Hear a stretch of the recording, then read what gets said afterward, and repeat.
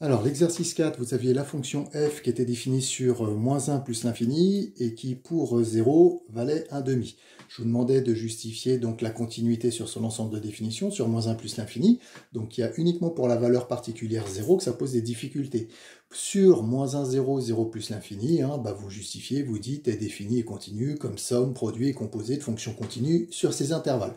C'est-à-dire que pour toutes ces valeurs-là, ça ne pose pas de difficulté. Pour 0, on est obligé de calculer la limite en fait en 0.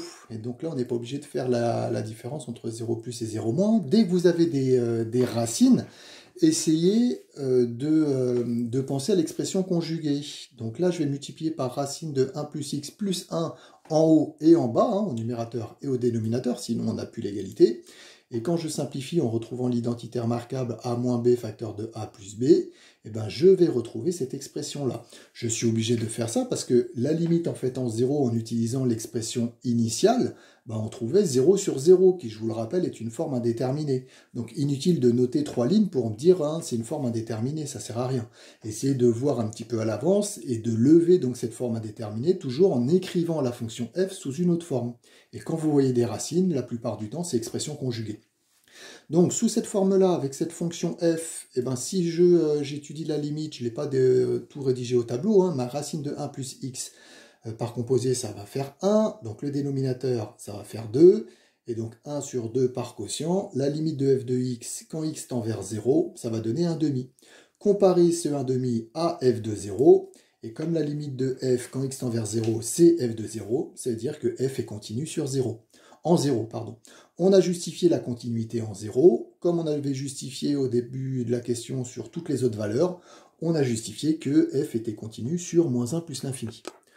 De la même manière, je vous demandais ensuite de justifier, de montrer que f était dérivable en 0, parce que c'est pareil, c'était pour cette valeur où ça posait des difficultés. Donc quand on calcule, c'est la même chose, vous calculez en fait le quotient f de x moins f de 0 sur x moins 0, vous remplacez, sous cette forme-là, pareil, c'est une forme indéterminée, donc on essaye de tout mettre sur le même dénominateur. Donc pour le numérateur, j'ai mis sur 2x et additionné les numérateurs. Ensuite, j'ai multiplié par l'inverse ici, donc je retrouve cette expression. Et quand vous arrivez sur cette expression, pareil, si j'étudie la limite en 0, ça ferait du 0 sur 0, donc de la forme indéterminée. Donc à nouveau, je vais multiplier par l'expression conjuguée en haut et en bas.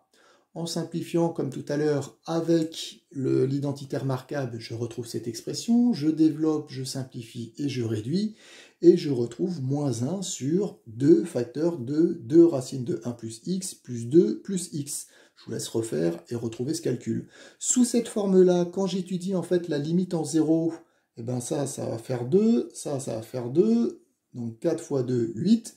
Je retrouve moins 1 huitième, donc je vais pouvoir justifier que la fonction f est dérivable en 0 et que ce nombre dérivé en 0, f' de 0, est égal à moins 1 huitième. Voilà.